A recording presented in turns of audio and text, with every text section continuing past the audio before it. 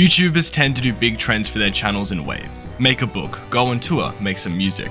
But the one trend that I never saw catch on, and for potentially good reason, is YouTuber video games. A video game that's based on the likeliness or content of a YouTuber. There have been so many notable cases of these with YouTubers like PewDiePie, the Angry Video Game Nerd, Smosh, the other ones out, and most of these are passable? So let's get started. Welcome to the very weird and strange world of YouTuber video games. I think we have to start off with the first YouTuber game that I and probably many of you watching remember hearing about, which was PewDiePie's selection of games across mobile and PC. In December of 2014, it was announced that PewDiePie, who at the time was the most subscribed YouTuber, would be working with an independent game studio Outer Minds to create a platformer game starring himself. And he was actually quite open with the game's development with his fans, not making a Kickstarter, which meant he was purely funding the game himself, and asking fans to submit suggestions for characters to be in the game.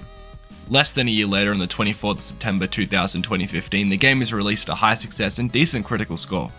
The game itself, in my opinion, is actually pretty damn fun. It's a platformer starring some of my favourite YouTubers from this time, being PewDiePie, Markiplier, Jacksepticeye, and Dream. It has many inside jokes and references surrounding to each of their channel history, mostly PewDiePie as the entire story is built around him. Barrels have kidnapped PewDiePie's fans and are trying to kill him, so you have to go stop them and free your fans, finding your friends along the way. It's quite a meaty game, to be honest with you. The game has around 17 hours of content if you're going for 100% according to How Long to Beat. I have a personal connection to this game. I played it a lot during my childhood and it's actually a fun little platformer. And for $8, if you love PewDiePie, check this game out. It's on Steam and on mobile. Yeah, it's on mobile, how crazy. On mobile, we have PewDiePie's Tuber Simulator, a simulator game about being a YouTuber. I mean tuber, sorry Felix. Basically, you upload videos to get views and subscribers, spend your views on getting cool items to level up, and eventually become the best tuber out there. I may be biased in saying this, as I remember when the game launched being in the first hour or so people downloading, but man, this is a good game. It's a very simple game, but there's always something to do and it always feels very achievable. It makes the game feel refreshing, even though you'll probably get on a few times a day, press some buttons, wait for a package to come and do the same thing over and over again. The game is also completely free, though does have ads if you want to double your money or get more bucks, which I think is fair. Don't just show me ads and if you feel like it, actually give me a reason to watch the ads, but you'll see more of that later. Overall, Tuber Simulator is one of my favorite mobile games. I know it's really funny to say that PewDiePie's Tuber Simulator is great. I just said Tuber Simulator, what the fuck? I know it's weird to say PewDiePie's Tuber Simulator is great, but honestly, it's very fun, it's very refreshing, it's engaging, and it just feels very at home on mobile, like you're on the bus or something, you just want something to do for a little bit. The final PewDiePie game out at the moment is PewDiePie's Pixelings, which is a mobile RPG, and I did not like this game. The combat felt very shallow and repetitive, zero reward for me, and personally, I don't want to play a mobile game that has a story, especially when the battles start to blend together for me. I didn't really get too far in this one, I'm not gonna lie. The PewDiePie tone started to really start to kill me by this point, but it just felt like a typical RPG with PewDiePie slapped onto it, and even though Pixelings is a thing from Tuber Simulator felt built from the ground up to be a PewDiePie game. This felt like a generic mobile RPG with PewDiePie slapped onto it.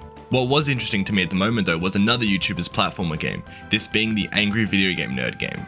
The Angry Video Game Nerd is one of those YouTubers you either love or you hate. He's got a really crass humor, but I'll be honest, I really enjoy it. And that extends to his game as well, developed by Freak's Own Games. Removing the Nerd, it'd be a solid, really fun 2D platform with some interesting level designs, but with the Nerd, it's a really good 2D shooter with a lot of personality. This game is brutally difficult for me. I don't know if I'm just terrible at platformers or not, but I really struggle to play this. It is very hard, but honestly, very rewarding when you do well. It's got a lot of cool references to the Nerd in many of his episodes, and I really enjoyed it.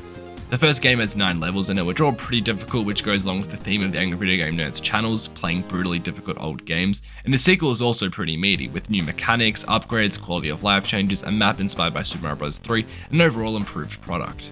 You can pick up both these games on Steam in a remastered collection for about $10, which is really good. Even if you don't like the Nerd, I still feel like you get something out of it. They're still two very solid 2D platformers, so definitely check these ones out. I really liked them.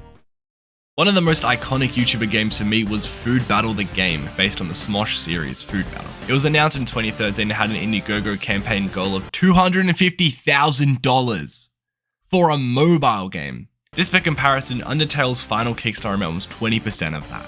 This was obviously not the start that Smosh were looking for this game, pissing off their fans, and even Anthony admitted years later, at the time of the announcement, there was no game conceived at all. Oh, they convinced us to start an Indiegogo campaign to raise money to start an iOS game that hadn't even been conceived. They just saw that some other YouTuber had started a Kickstarter to raise money, and they're like, ooh, you can do that too.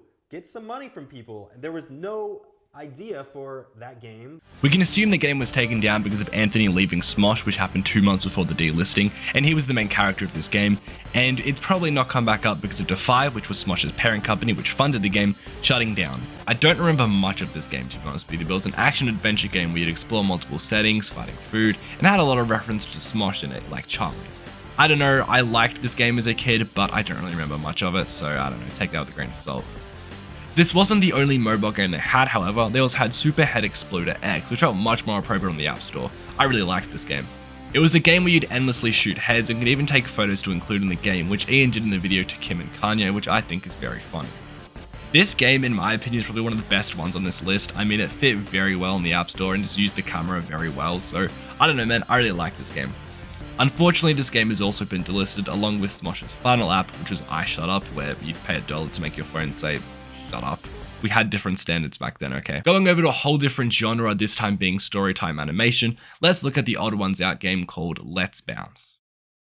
This sucks! Over time, I've watched the Odd Ones Out turn from this little dude making videos in his spare time about his life experience onto a full-on brand where you can buy plushies and books about him at Target. And look, should we be discouraging man from getting the best bag I think I've ever seen in YouTube history?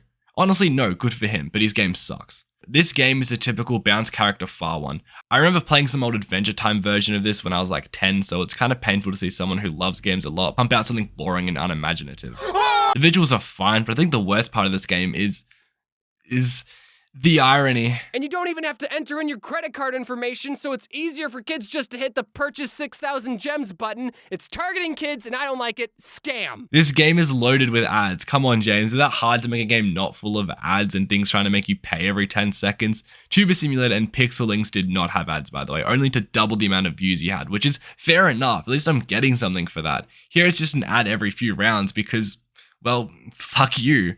Don't play this game, play Jumping Fin instead. Maybe we need to look towards the biggest YouTuber of what to do with mobile games. I call Mr. Beast to the stand. Mr. Beast, in my opinion, has had a pretty good successful run with games. He's a playable costume in Stumble Guys and is my main Fortnite skin. But looking at his own original mobile games, we can see some pretty cool and original concepts related to his channel. If you're not aware, Mr. Beast does challenges on his channel, so all of his apps relate to challenges that you can do yourself.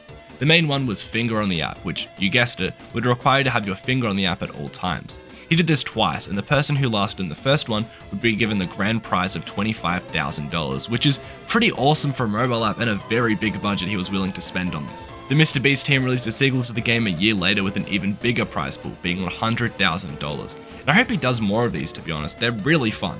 They're not games, but rather competitions and experiments, but honestly, he's pushing the barrier in a way that mobile games I haven't seen in a very long time, so it's kind of refreshing to see something not be the same original concept as before. What else? Oh yeah, there was that Yogscast game, Yog Ventures, which never actually released and pretty much just went nowhere. Okay. And Tobuscus's game, yeah, I have no idea what happened to this one.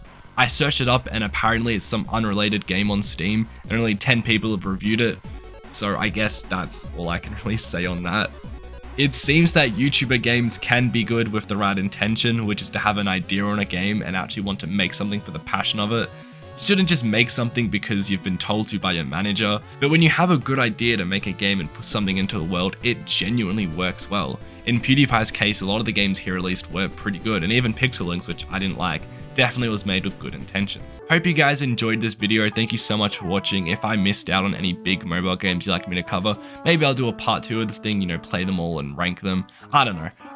Anyway, thank you for watching. Have a nice day, and I'll see you next time.